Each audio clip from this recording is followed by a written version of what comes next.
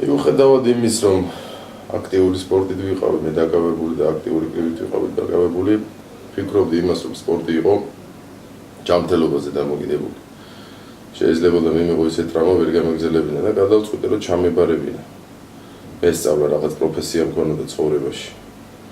ჩავაბარე უნივერსიტეტში, კარგად ვსწავლობდი.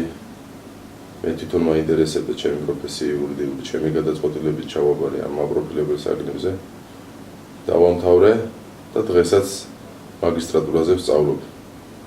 პარალელურად სამსახურიც მაქვს და ვმუშაობ. შეთავსებით როგორც ვსწავლობ, ასევე ვმუშაობ.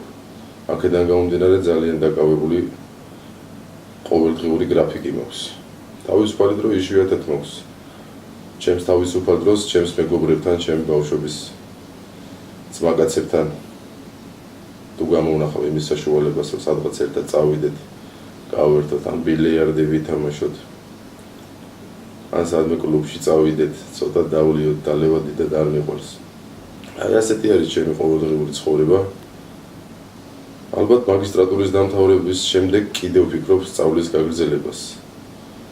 იმიტომ რომ მე მიღწეულით არასდროს არ ვკმაყოფილდები და მინდა რომ რა პროფესიას ავირჩიე, იმაშიც პროფესიონალი ვიყო.